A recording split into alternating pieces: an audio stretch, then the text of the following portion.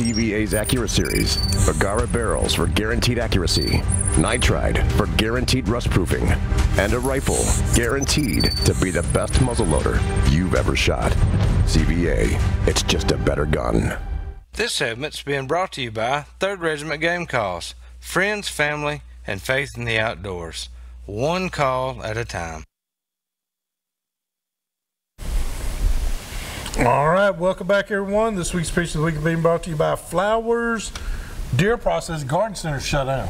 Yeah, they're sharpening knives now. They're sharpening knives now. They're cleaning, getting rid of all that stuff. Because deer season opens in 6 weeks. It does. Now, I don't know how they'll do this year. Remember last year they weren't open for the find out. But we will get that information. We will get that information for you.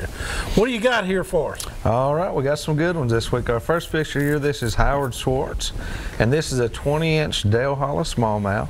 And we've been getting a lot of Dale Hollow smallmouth pictures the last few weeks. Yes. Hint to those that are wanting to know about how the fish are biting. The Dale Hollow has been on fire. And next here, this is Kevin Cripps, and this is a nice crappie that he caught on Center Hill Lake, kayak fishing, actually, a few weeks ago. And that's a really pretty fish. Congratulations to Kevin on that one. And then here's Joe Sanders with a nice bass out of Old Hickory Lake. And they caught this fish on a frog about a week ago. I love the frog bite. He wasn't having much luck with anything else and switched to that frog, and he said they turned right onto it. So that's awesome. Congratulations to Joe on that fish. And then here at the end, this one got snuck in on me last week. It's our buddy Deacon Blair here. And this is a couple of nice fish that he caught earlier this year. It was actually in a tournament, I believe, in early April. It was. And we were out there that day. Both of these fish right here were over 5 pounds. And you and I were struggling. Yeah, we were down there struggling, and Deacon was down there putting them in the boat, man. I tell you what. He's getting them out of one hole. He was. Y'all can send your pictures to us here at 474 James Robertson Parkway, or get them to me on Facebook or Instagram. We'll share them right here on the show. All right. Hey, I want to talk about something. We wanted to talk about the fawns earlier. Yes. Ladies and gentlemen, I'm going to tell you something. When you see the fawns, and boy, they're dropping just every day. There's new ones dropping. Please don't touch them. Please leave them alone. I know a lot of you out there know this, but there is so many people that don't know this. They think, oh, it's just a little innocent little animal. And it is. But Mama put her there, or put that baby there for a reason. Mama knows where that baby is.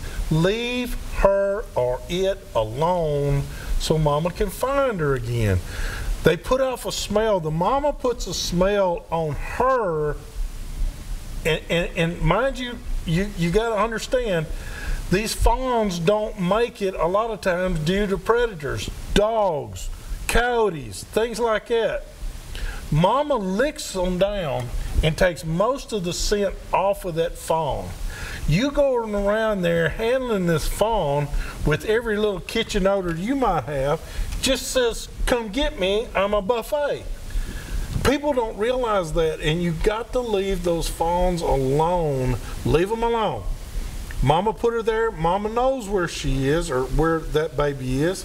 Leave it alone. And don't take it from the front yard to the backyard, or backyard to the front yard. Mama knows where she put it.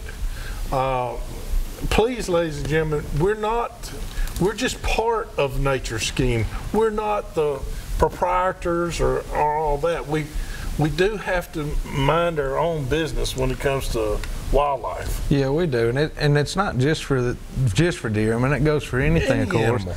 But there has been a lot of people lately that we've seen pictures of them holding them and moving them. Yes. But something else to keep in mind, and we don't think about this with deer very often, but those mama does are quite aggressive. Yes, very. And actually, there was a story a few weeks ago where someone's little dog was actually trampled to death by a mama doe because it got too close to the babies. But that's something to keep in mind too. Is she's gonna protect that baby. That's right. And whether it's a deer, or, you think, well, it's just a deer. I'm telling you, she can wear you out, she will wear you out. So that's very good to keep in mind. Just let nature do its thing, and everybody. There's nothing wrong if you want to take a picture from your window to the.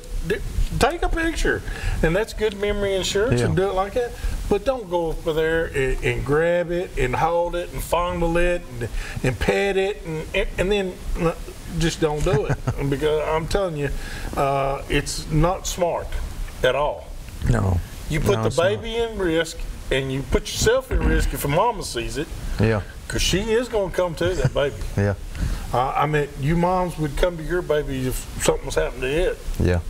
And if it ever starts squalling, you're in serious trouble. You better get out of there. You better get out of there quick, because she can hurt you. But I just wanted, I see a lot of that on Facebook now. I have too. We were talking about that earlier before the show, but definitely something that needs to be addressed. I just see a lot of that on Facebook, and it's just, we just need to back off of that. And any animal, you're exactly right, any animal, whether it be a small raccoon, a bird, or whatever, a squirrel, it doesn't matter. Anything like that. Leave them. By the way, I'm glad you said that, squirrels. Have you ever in your life, there is more squirrels out there than Carter's got liver pills. I'm telling you, I think squirrel populations over the last few years, and a lot of that, and I really hate to see it, but a lot of that is because of a decrease in small game hunting. We don't have the small game hunters. You don't have people that squirrel hunt like they used to, and I'm just as guilty. I go a time or two every year if I can, but I used to go a lot, and it's kind of become a thing of the past. We need to really get people back into small game hunting. Day one of squirrel season, we were in the woods. Oh, wearing them out. And if you had an hour or two in the evening, we'd still go squirrel hunting. It's a great way to learn about deer movement in the area, or turkeys in the area, things like that too. I mean, you'll move your way through the woods hunting those squirrels and find all kind of other signs. It's also a great way to learn your trees. Yeah. What's the difference between a white oak and a red oak? You'll learn your oaks real quick. Sweet gum and all these trees, and it does make a difference in what do squirrels eat. Beech mass. What is beech mass? You tell some kid now that there's beech mass everywhere, they go, "What's that?" Yeah. Was that a big fat beech somewhere? Yeah, what is that? Big fat beech somewhere. Yeah. But that's just it, and you can't tell. You know, what's an overcup acorn versus a chestnut or a white oak or a red oak, or there's all kinds. And there's a big difference, and we know that by sitting here talking about it. And I think we're probably going to cover a little bit more of that later this year. I do too. But there's a big difference in that. Just because you find acorns don't mean that it's acorns that the deer are going to be after. If you find a hillside full of chestnut oaks, let's say for example, and on the far end of that hill there are 2 white oak trees, well, you can walk right past all those chestnut oak trees and go straight to those white oak trees, because those deer walk right over those chestnut oaks. And red oaks the same thing. Now red oaks usually are going to fall first. Yeah. Red oaks fall first. But and deer will eat red oaks. They will eat red oak acorns. It's not their preference by far. White oak acorns are their preference. Yes.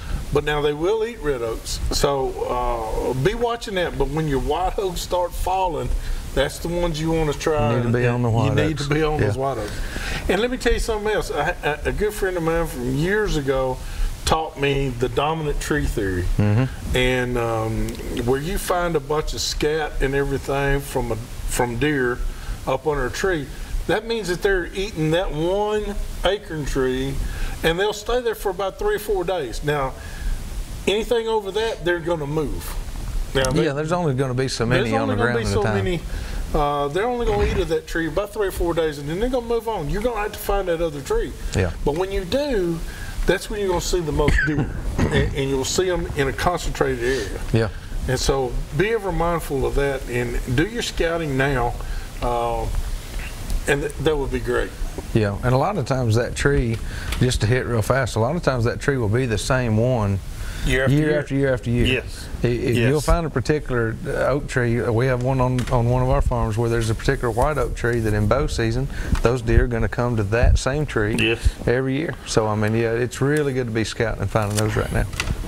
Guys, we got to go over and do this week's Product of the Week. It's being sponsored by the fine folks down at Caney Fork Outdoors. They're actually at ICAST right now, showing off some new boats this week. Ryan's down there, but you can go see them right here at the Donaldson Plaza Shopping Center, or get off right there off I-40 at the Center Hill Dam exit. Go right down there to the Big Rock Market, and they'll take care of all your kayaking and canoe needs. I wanted to show off, we got a new little thing here, and I was just introduced to this just this week. A friend of mine, I'm putting in a set of cabinets for him. His name is Pat Little, and his wife is Dolores Little, and they live in Bath Springs, Tennessee. And he wanted me to take these and take a look at them. These are model 1911 grips, and they're special. If you can tell, they're wood grain. This is Coca-Cola wood out of Costa Rica, which is in South America. But it's a real beautiful wood. It's got a lot of swirl to it, and they're all kinds. You can get some with burl in it. You can get spalted, anything like that. But just the color alone. He told me to go to a website and you look up Costa Rica pistol grips, and it sends you straight to this website. Now, where you think that, and I even asked you, Brandon, earlier, what do you think the price on these were? And you said from $50 to $500. Oh yeah, I mean I've seen them all sorts of all sorts of colors. These, ladies and gentlemen, these right here were $18.95. That included shipping.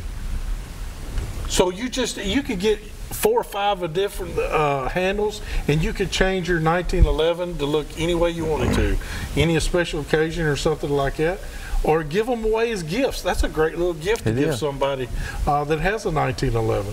But there's not just 1911s. They got all kinds of different models, grips that they use. Sig Sauer, Browning, Ruger, Beretta, all of those. They make grips for all of them. So check it out.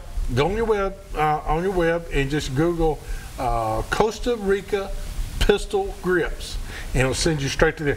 Now, you're not buying from them, you're buying from Amazon or PayPal, but one of those two will be shipping it to you. So that's a great little item, and I want to thank the Littles from Bath Springs, Tennessee, for allowing us to show those. Yeah, that's a neat deal. That's a neat little gift, isn't it? It is. Guys, we're going to take a quick break. When we come back, be ready to call us. We're going to be opening our phone lines, and we'll have some more Southern Woods and Waters.